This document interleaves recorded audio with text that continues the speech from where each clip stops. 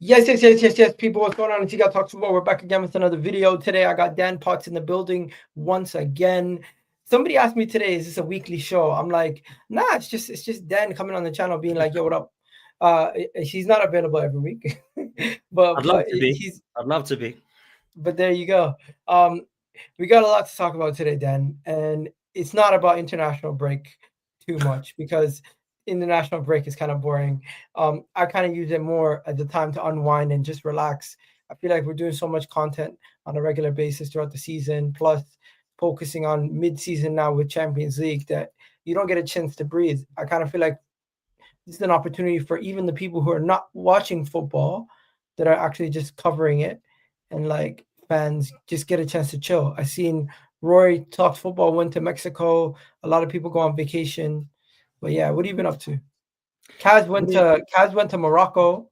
Yeah, there you go. Love it, man. I've been to Germany with my brother-in-law. Got back yesterday. Spent 4 days out there, so I just dropped a load of video clips and scheduled some stuff and went and enjoyed it. I've not seen any international football. I've not watched England. I've not seen Merino's hat trick. I've not seen that Saliba's now out. I've not seen any of this stuff. And I've come back and, I want to talk Arsenal. I don't want to talk England and internationals, man. I'm looking forward to it. I'm sick and tired of the fact that we have 3 games, a transfer window shuts, and it's like, right, now let's get into it. And then we break again. And it's like, wow, man, I can't deal with watching England unless it's in the summer for the Euros or World Cup, man. Yeah, bro. I've been sitting back watching the NFL. You got NFL Thursday night, NFL Friday night, NFL Sunday night, Sunday midday, all of that. I've been just taking in all the NFL football I can, staying away from the international break too much. Only games I've watched were Somalia lost 2 games, Sweden drew 1 game and won 1 game. Sorry, they drew 1 game and they lost 1 game. And then Spain, I watched 2 Spain games. Mikel Merino scored a goal in one, scored a hat trick in the other one. And then England, I tuned in on England. Declan Rice got a goal, and noni Madueke had a great performance. So I think the best place to start is Mikel Merino. Is the guy has he been misprofiled? Are we tripping? Mikel Merino's finishing is unbelievable. Could he have been a striker if it wasn't for like him when he was younger? Somebody told him to play in midfield because some of the stats and things that I see about Mikel Merino, bro, it is actually crazy. Look at this right here. Mikel Merino, out of all players in the top in Italy, Spain, and England, that's Mikel Merino in the top right corner. Expected threat received per 90 and expected goals per 90 for a midfielder. He's in the top right corner, ahead of Pulisic, Foden, ahead of Scott McTominay, ahead of all these guys. Look, I've got to be honest. When we signed Mikel Merino, I knew nothing about him. When he was a midfielder in the Real Sociedad side, I was told by people that watch the league that he's pretty cool. He's all right. He's okay. He'll come in and do a job. He'll be a squad player. He's a box-to-box midfielder. So I thought, cool. When I see him in midfield, I didn't like what I saw, Egal. I saw some physical attributes, and I saw that he's quite good. He's got a good leap. He's quite good aerially, and he can be a threat at times. I didn't really see that, though, in the midfield. He scored a couple of goals. I remember he scored one against Liverpool last season, and I think he got a couple after that. He come back from an injury, so I wanted to give him a bit of time, and I didn't want to really judge him last season. And then I found myself judging him for the right reasons, but he weren't in midfield. It was when he was up top.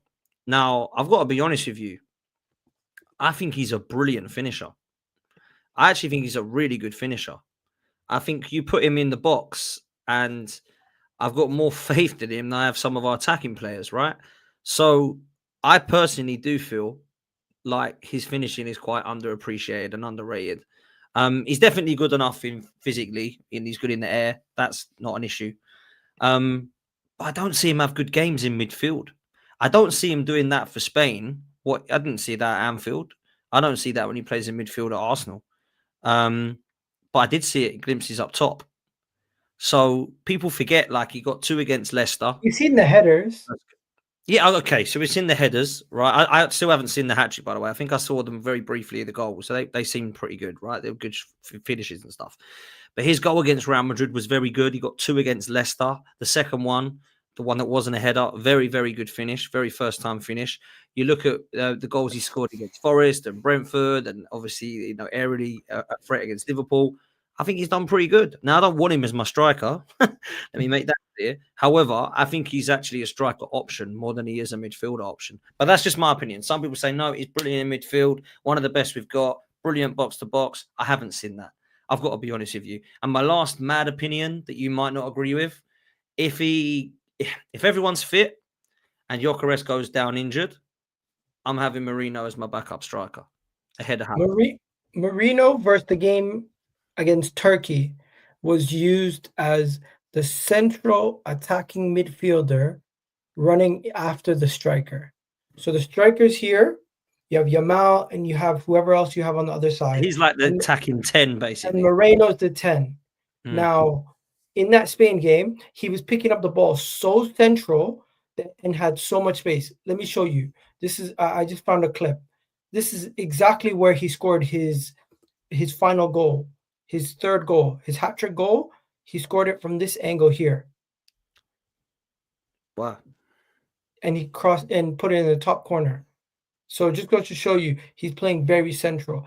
And my question is, do we have Mikel Merino wrong completely? Because after the game versus Liverpool, we were all saying, how could Arteta play 3 defensive type midfielders?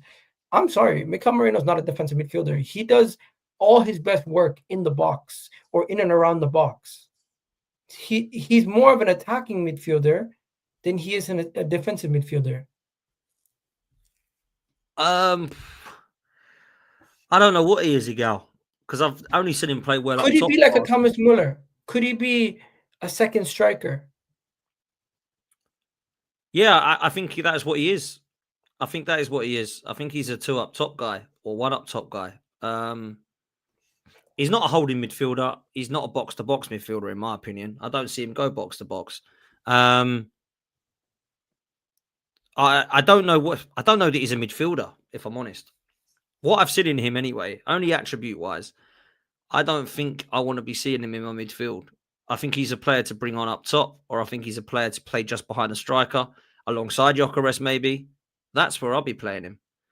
I don't really want to be seeing him as a box to box midfielder, really. Maybe we're not using him well, because the Spanish managers had this to say about Moreno.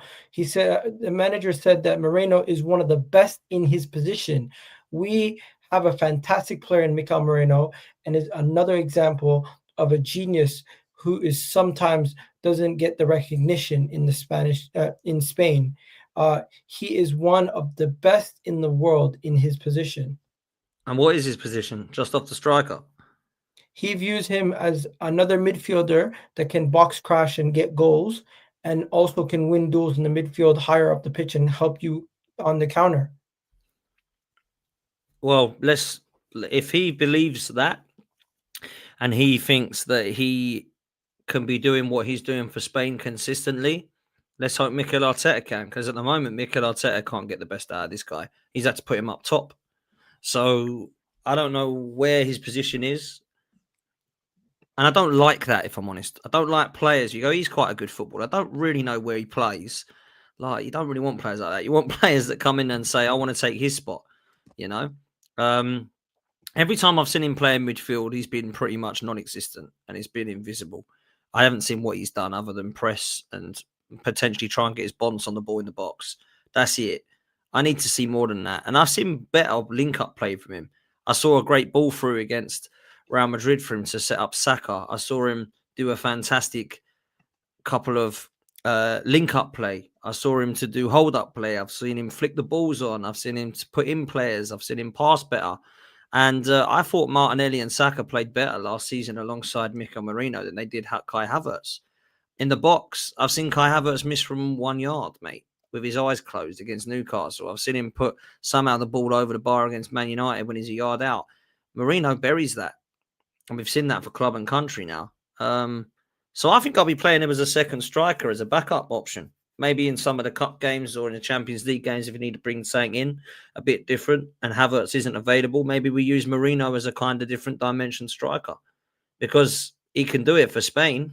And let's not forget that when he did it for Spain in the Euros against Germany, He scored in that game as No, well. And but we he all wasn't thought, used as a striker necessarily. He was sometimes used as a second, like more of an attacking midfielder. more of it, yeah, but he's not an attacking midfielder in the sense of he's not a De Bruyne or an Ødegaard. He's a guy. He's definitely more of a Kai Havertz type, isn't he? Yeah. No, I would say he's more of a box to box. What I would compare him to is people are gonna say you're ridiculous, but at his best, he could be like a Lampard. My He's God, a goal scoring are you midfielder. serious? He's not going to get 200 goals for his club. No, I'm not saying he's gonna get 200 goals, but I'm saying Scott McTominay also another midfielder who's really good at scoring goals and getting in that final third. McTominay is better. I wouldn't put Lampard and Marino in the same line. McTominay, Okay. I understand. I'm talking more about the goal scoring side of things. I'm not talking about I'm not making an exact comparison. Yeah, I can't. If you want Because me to, we want more goals in the team, right? Could Mikel Scott Merino actually McTominay be a is a positive? good shout. Scott McTominay and Marino is a good shout. That I can understand that one. Lampard, no, like leave me out of that argument. But for me, I think Mikel Merino is a player that can be more of a man mountain target man type that can play just off the striker. That's what I would say. So what's Arsenal's best midfield if we get Moreno in it as an attacking player? How would you play it? If Marino was to play in that midfield, or Yeah. well, I'd probably go with a different formation. If I'm honest, if Marino's playing, I wouldn't do the 6-8-10 because he's not a 6-8 or a 10, really, is he? So he'd have to play two up top, go 4-4-2. So I play Zubimendi and Rice, drop Ødegaard, and have Marino and Gyökeres. Do you think that's what he was trying to do versus Liverpool? Now that I'm bringing it back, was Arteta right, and it just didn't work versus Liverpool? Did he have the right idea? He wasn't playing off of Gyökeres. He was just drifting. Somebody tell me if I can find the average. What's the website where you can find the average positioning of players? Because I can never find that. But yeah, my main point about this whole thing was get his heat map against the Liverpool Anfield. You like that? okay. You like so yeah, I can definitely get his heat map. Fellaini, that's a good shout. Fellaini, that's what he's trying to be like. Good shout. That's exactly what he's trying to be like. Remember Marouane Fellaini at United and Everton? That's what Marino is. That's a great shout. This is his heat map versus Turkey. It doesn't really show much. He's not really focused in one key area. Yeah, exactly. That's what I'm kind But of. You know the crazy thing what's is, his heat map against Anfield? this is his heat map versus Turkey, and he has more touches in the defensive third than he has in the attack. He was everywhere against Turkey, man. Clearly, but they were. Turkey were crap. But then let's see the Arsenal game versus Liverpool. What was his thing there? There you go. So this is him versus Turkey, and this is him versus Liverpool. You can see he's being told to play more on the right. He's being told to be more defensive as well. No, he was more defensive. Sorry, I'm looking at the wrong way around. Sorry, I'm looking at the wrong way. He was more defensive versus Turkey. Yeah. Sorry, I'm looking at the wrong way around. Sorry. Yeah, but what is that against Liverpool? Look at the state of it. What the hell? He's on the right hand side, like as a right winger. What is? No, I don't understand. Maybe Arteta's not using him well. Maybe. But do you agree? Do you agree with like the Tim Cahill / Marouane Fellaini type position? Because look at that game, what do you call it? Bulgaria. He was in the attack that game like crazy. Forget about the defense. Yeah. Can I find another game of Moreno's? This is good. One more. What's a good game for him? Newcastle last year? Yeah. Did he get a goal in that game?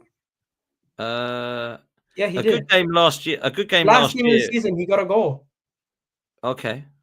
He was playing as a left-sided 8 when he came in for Declan Rice. This is the thing. When he plays for Spain, he's given the freedom to play anywhere he wants. When he plays for Arsenal, he has to play in one side of the pitch. You see the difference between Spain and Arsenal? Arsenal, one side of the pitch. Spain, the whole center, the whole pitch. You know what I've just had a thought about? which is mad, which I've never thought about before. Which big up to whoever said Fellaini in the chat, by the way. We've talked about Tim Cahill and Marouane Fellaini, who both played with Mikel Arteta at Everton. That's very interesting for me. Facts. Didn't even think about that. But Tim Cahill and Marouane Fellaini played alongside Mikel Arteta at Everton in a Merino type role. Maybe that's what he's looking at, as Mikel Merino is a Fellaini. That's a great thing, man. This might be his plan B. You know how people say Arteta doesn't have a plan B? This might be his plan B. Also, did you see England's coach Thomas Tuchel is taking a leaf out of Arsenal's book? Did you hear about that? Go on. Thomas Tuchel basically came out and said he is going to be doing more set pieces this upcoming season. And Thomas Tuchel, when Thomas Tuchel, following the comments that Thomas Tuchel's desire for his team to have more long throws and more set piece goals, and kind of start using Arsenal's blueprint on set pieces. I seen it on Sky Sports. They were talking about it. Thomas Tuchel's comments about trying to score more goals, set pieces. Arsenal's kind of becoming the blueprint on teams trying to play more different in and around the box with their set pieces. And this was it right here. Sky Sports were saying maybe Arsenal have a lot of answers to make from this. As Thomas Tuchel's comments and his desire to use long throws and have his team start using Arsenal's blueprint for scoring more goals from set pieces. Since they do have Declan Rice, Bukayo Saka, they might as well start utilizing them to those strengths. Look, I think Saka and Rice taking set pieces for England is an absolute bonus. What I will say, as long as Thomas Tuchel doesn't use set pieces as the only way to win games, we'll be fine. Because that's where Arteta's gone wrong sometimes, is it's 0-0, 0-0, 0-0, 1-0, right, keep it sharp, see our shot. No. Doesn't always work like that, which is why we've lost or drew games. But absolutely, you should copy Arsenal and use them as how to take set pieces and defend set pieces. Of course, we're the best at it. So I understand why he's looking at Arsenal in that respect. But I don't think it should be a style of play. I think it should just be a set pieces. Arsenal were the best at it. Let's copy them. That's what I think it should be. You know, I was on Hussein's channel earlier, and I feel like there's a stigma with using set pieces or long throws in football, where they constantly compare you to Tony Pulis and Stoke, and they make a joke out of it. In my opinion, it's actually backwards thinking if you think that way, because the best of the best copy each other. And if Arteta is now being copied by Thomas Tuchel, he's viewing that this is another way for his team to gain an advantage in the upcoming World Cup. And the best of the best need to start doing what is the most effective way of getting the ball into the box. And if the best way to get the ball into the box from the corner from the sideline is by throwing it in long and getting a chance on goal, because you have some tall players that can get their head on it, why not use more long throws? Why not use more set pieces? Why not utilize this part of the game to your strength? Because maybe it just hasn't been utilized to its best of its ability in the last 5-6 years, as it's been looked down upon. It's almost like people don't want to play this way because it's like it's always been part of the game. I think what people have but they look down on it. That's what I mean. No, they do look down on it. Look, they're doing it because it's Arsenal. Let's just be real to start with. Like, that's what they don't like about it, because Arsenal have got quite good at set pieces. The rival fans are saying, "Oh, you're just a Stoke FC." The reason that we should be able to go, well, we ain't, mate, because we're putting 4 or 5 goals in open play, as well as the reason that people have been able to have a little bit of ammo against us is because we haven't been winning 4 or 5 by open play. Now, granted, we did it against Leeds, but 2 of those were from set pieces, right? So what we need to do is go and blitz teams. And this is why I need Arteta to take the shackles off, bruv. I need Arteta to take the shackles off and allow us to play. Because when you let Ethan and Dalman and Ødegaard and Martinelli and Eze and Saka play football, they are going to create chances if you let them. So I do not want to see Noni Madueke, Martinelli, Eze, Ødegaard all spinning around on the ball and passing back to Declan Rice. I want to see him driving forward. And I haven't seen that for ages, bruv. It's been frustrating, in fact. Dan, I love to speak. I love to preach patience, and I'm going to preach patience once again. I think the lineup and everything has been down to circumstances that were a little bit out of our control. Number one, Ødegaard getting injured, Saka getting injured, Eze coming in and not playing right away because Arteta just didn't want to throw him in versus Liverpool right away. Maybe wanted to give him one more game. Nottingham Forest at home might be the game where he starts. And since we're going to be talking about Forest, I think this is where we're going to start seeing more positive play, more attacking prowess. But before we get into all of that, we're going to be missing Saliba. We're going to be missing Havertz. We're going to be missing Saka. And I'm not worried. Are you? Like, in case people don't know, Saliba is out for this game. Where is it? Let me find it. Here it is, somewhere here. You know, when you're looking at something, where is it? Saliba somewhere here. Here it is. Saliba is expected to miss 3 to 4 weeks, says L'Equipe. So by the time we play Forest, he'll have like 3 weeks left. Most likely he'll be ready for Man City. But Saliba is missing, and I'm not even worried. Havertz is missing. I'm not really worried. Saka's missing. I'm not really worried. It's the benefit of having a deeper squad. I'm very excited about this season because right now we have a little bit of an injury crisis, and I'm not too concerned. We can definitely look at the squad and say it's improved. I'm always going to be worried when Saka and Saliba are out because they're our two best players. But you're right in saying that we can definitely cover better than we could last season. With noni, madueke or Eze, or obviously at the back you've got Nkapie and Mosquera. One of those can come in defence now. So I'm with you. Absolutely 100% we can cover.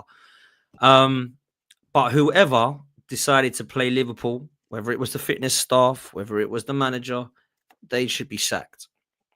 Because this guy's now out for 4 weeks and he's our best defender, or one of our best defenders. And he said, gone down with an ankle problem here. You think you can keep playing? Of course I am. I'm Saliba. I'm a player. I'm never going to not play. What they should have said was, right, off you come then. Don't go to France. See you after the international break. But he's trotting out, trying to make 4 minutes against Liverpool at Anfield. It is ridiculous. It is a stupid decision. Now, I'm not saying sack the manager because I don't know if it's the manager's decision who's done that because he's trusting his fitness staff. Whoever has made that decision individually or as a group to play Saliba, who's now out for a month because of a stupid decision to try and get him through a game at Anfield, which is the third game of the season, by the way, not the 33rd, is a sackable offence, in my opinion. I think it's ridiculous. Saka, Havertz, Gabriel, Timber, Saliba, White. I've got problems about them because I feel like they've all been overplayed in the last 12 to 18 months. Half of those have got injured in game week 3. And I'm worried about that, Egal. I am. I think we need to protect these players. I don't want to be seeing Gabriel playing 40 games. I'm happy for Nkapie or Calafiori to come in sometimes for him in games against Everton at home, Brentford at home, Bournemouth away. I don't need to see Saliba and Gabriel in every single game. So I do think squad rotation is important. But whoever's let Saliba play against Liverpool at Anfield, I don't want to see them at Arsenal. They're clearly incompetent. I trust Mosquera versus Forest. Yep. I like him a lot. I think he's a good signing. And all the people were making fun of me when I was doing my scouting reports on him. He looked like a good player. I don't seem to be off it with this one. He's quite tall. He's quite fast. His recovery pace is the key part. Amazing recovery pace, and that really does show when he does. If anyone makes a mistake, he can fix it right away. And he's comfortable on the ball, which is another thing. When they tried to press him, very comfortable on the ball. Really like Mosquera. I think with Saliba out, we're going to get to see Mosquera play another game, and I think he's going to impress people. I like him a lot, and I didn't know nothing about him when we signed him. I wasn't one of the guys doing reports on him. I just wanted to see him in an Arsenal shirt, and I actually spotted some quality in pre-season. I thought, he looks good. Very calm on the ball, got pace, got power, physical attributes looking good. Let's see what he likes in the next game. Next game, look good. Good attributes, comfortable on the ball, good passer. Looks calm, composed.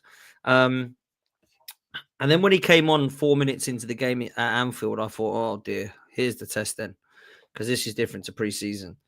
and I actually thought he was one of our better players. I've got to be honest with you. So I am very excited by this, and I'll tell you why. Andrea Berta excites me, and he selected him, and he has got good experience and a lot of hits. Now, I'm not saying that Atletico Madrid didn't sign anyone that was bad, because of course he did. Everyone does, right? He was But there scouting was him a for lot. Atletico. There you go. So there was a lot of talk about Andrea Berta pushing for this signing, and he's looking pretty good. Now, of course, what happens is a lot Bargain. of rival fans say, "Well, why? The reason you've got him and Inca PA and Calafiori is because Gabriel and Saliba are leaving in the summer, so you're going to have to get these players in to replace them." That I don't actually think that's true. I think that's them getting jealous that we've got good defenders, personally. But we need them, bro, because when Saliba goes down, we're bringing in Rob Holding or Callum Chambers not long ago.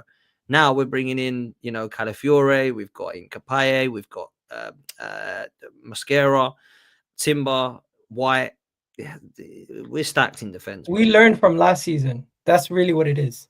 Exactly. We're learning from last season. Quickly talking about other players, we're gonna get back to Ange and everything in a bit. Forget about Forest for a second. Did you see? The stat came out. Squawker. We're speaking about Chelsea's take on since 2001. Noni Madueke is top of that list. And Yeah. even for England, his performance for England that he put in with Bukayo Saka out. Is Noni Madueke starting to impress you? Be honest. He did against Liverpool.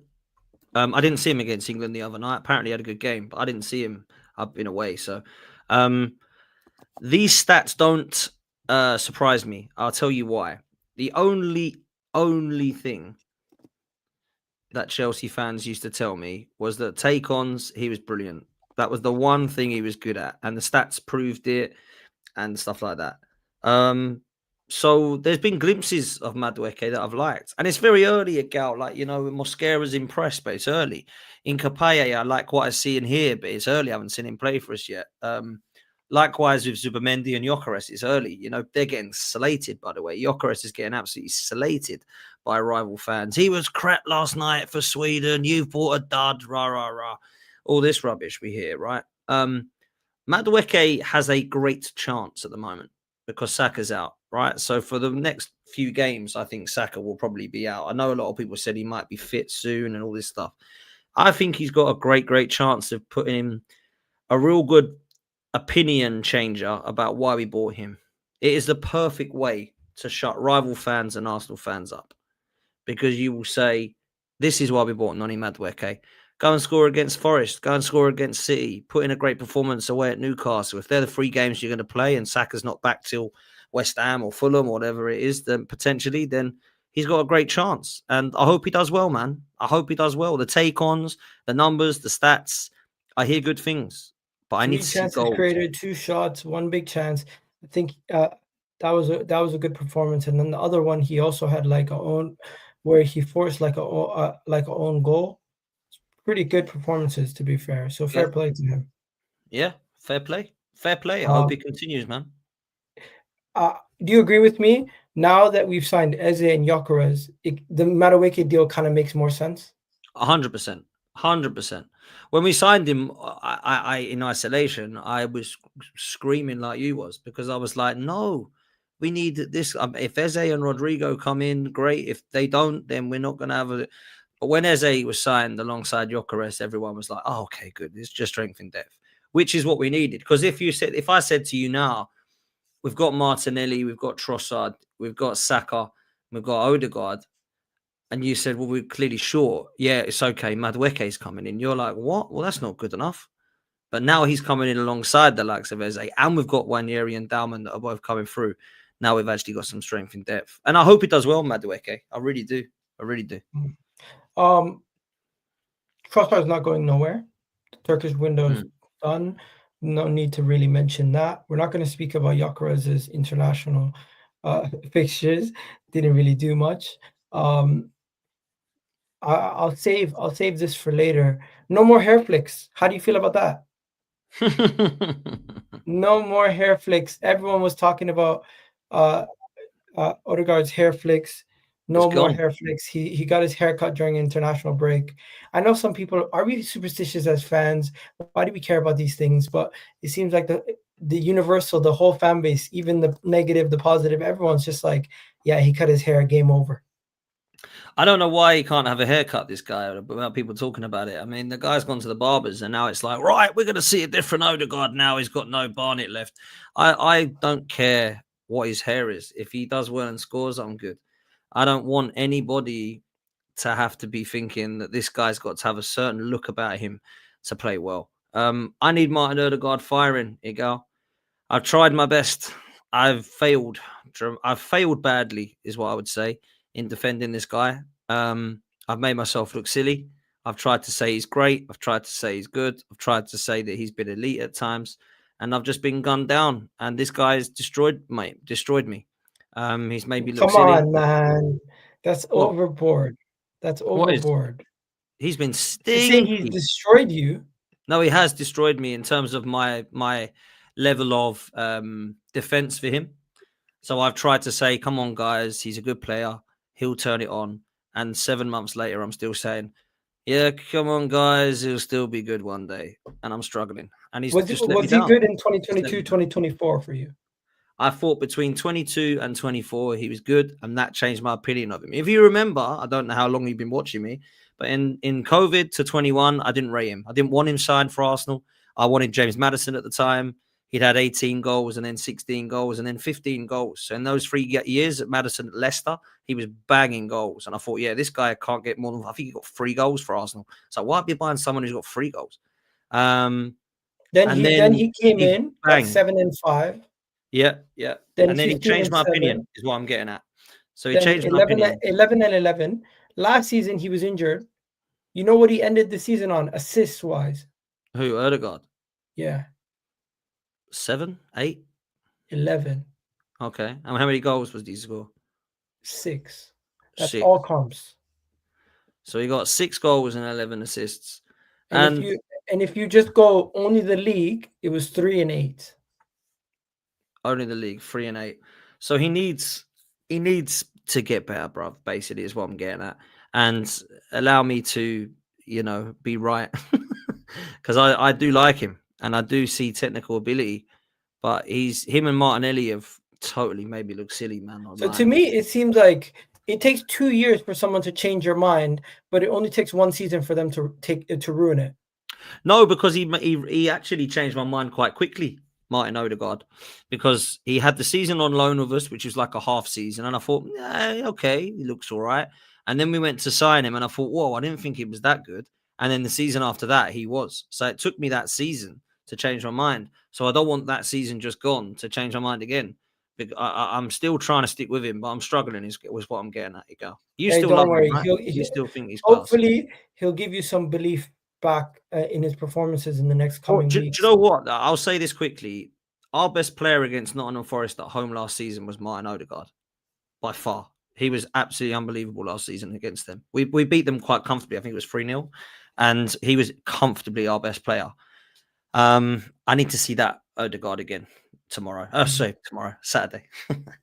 Before we talk about Saturday, I seen 1 second. I seen this clip. Let me play it for you, as my wife is ringing me off. That's all right, one. Okay, here it is. Not because of the result, because of the performance. It was the performance of scaredy cats. Like, I thought that Arsenal were going to be brilliant this season. I really did. I thought that they would run Liverpool ragged. I thought that they would be a major challenger and potential title winners. But the way that they went there, and it wasn't their fans' fault and it wasn't their players' fault, the manager has to totally take responsibility. That team that he set Does he have a mentality issue in those games? Yeah. I don't know if it's him or Arsenal. No, it's him. It's him, right? It was a managerial issue. Eberechi Eze wasn't scared. Martin Ødegaard wasn't scared. The kid Daumann and Nwaneri, they weren't scared. The manager was. Rather than try and give them something to worry about, he went there for a draw. He went to Arne Slot and basically said, "You're better than us. Let's go home with the point." And it's so early in the season. It's a free I get it hit. in February. It's a free I hit. get it in February. I certainly get it in May. Yeah. So their main point in this clip, if you can understand it, it's that Arsenal does Arsenal have a mental block when it comes into these games that they don't want to lose, or they don't want to lose, but they're not really trying to go for the win? And I don't think it's a mental block. I kind of got offended when they said that. I'm like, I don't want to have the mental block stuff, because Man City, we were better than Man City last season, and they had an injury crisis, and not everything has to come down to injury mentality. You know what I mean? It's simply just not everything is about mentality. Sometimes it's just you just don't have the level of quality to do what you want to do sometimes. I would disagree and agree. So that comment, big up to the guys there as well, because they're all good lads. I think that they are correct about the manager. I don't think it is the whole football club and the whole players. And this is where you and I did disagree against Liverpool, because you thought that the team selection was wrong, but tactically we were spot on. I thought the team selection was wrong and tactically we weren't spot on. And I also think there's a huge mentality issue with Mikel Arteta, which is why he hasn't been able to get us across the line yet. Now, it's not just going to Anfield and going to Etihad. It's trying to win trophies. And it doesn't matter what ground they're at, whether it's home or away. We seem to have an issue with that. Now, we were able to show unbelievable moments mentally to get across the line in certain games. So when he first come to the club, mentally, with the squad he did have, which did have some winners in it, which have since left, he was able to get across the line against Manchester City and Chelsea to win the FA Cup. I've seen him go to grounds and do well. And I've seen him play well at home against big sides at the Emirates. I see him go to the Bernabeu. I see him beat Real Madrid, home and away. But when it matters and when it's serious, you win this, you've done that. You win this game, you've won it. I've seen him crumble, whether it's Villa at home, whether it's Fulham away, whether it's in Carabao Cups or FA Cups or Champions Leagues. I've seen him drop points. And that is why people are questioning him, the manager. So when that clip was up there and I looked at the title, that title is actually not fitting of what they're talking about, because it says Arsenal have a mentality issue. I think it's the manager that does. I actually think it's the manager, not the club and not the players. Because what Rory was saying there, I think is right. I don't think Eze went onto that pitch going, oh, I'm shitting myself. He went on there going, I'm going to express myself, which is why he should have scored, and he nearly scored because he was in that position to drive forward. I think the mentality issue was be careful against Liverpool. They're very good. Oh, well, don't go forward too much. Remember, it's over. And I think that's the problem. Guys, we're going to have to wrap it up because my son's crying and I'm home alone. Wifey just ran out the house to go pick up my other boy. And I'm just going to say, what do you think about Nuno getting sacked, Ange coming in, and now we have to face them? Advantage Arsenal or disadvantage Arsenal? Advantage Arsenal, because unsettled club, managers just walked in, completely different playing style to Nuno. They've got a shift. They've got to try and remove everything and start again. They play a high line. It gives Arsenal a good chance. They're going to come at us now. I think we're in a good chance, and I think we'll win the game, bruv. Score prediction? 2-0 Arsenal. We need a 4-0. We need a battering stat pad session. I'm going to go 4-0. That's it for today, guys. Short video, 38 minutes. Could have gone longer, but Kaser decided to wake up, so we're gonna have to go do them. Big up King K. Anyways, we're out of here, people. You guys catch you guys next show. It's gonna be tonight on Dan Potts' channel at 9:00. It's gonna be an epic one, as it always is on the Arsenal Roundabout. Everyone's favorite Arsenal show nowadays. Let's be honest. Everyone tells you that, don't they, Dan? Yeah, they like it. A lot of people like it, man. But you guys make it, man. You guys make it. There you go. We're going to wrap it up here, guys. You guys have yourself a wonderful day. Catch you guys in the next one. I'm going to be on with Wolfie tomorrow. That's going to be epic, as always. And then Thursday, Thursday is going to be Vibes from the 6. So stay tuned, guys. I'll catch you guys in the next one. Love for the love. And just let me know in the comments, who do you think the next guest should be? Because you guys love these guest shows, as always. Peace out, guys. Love.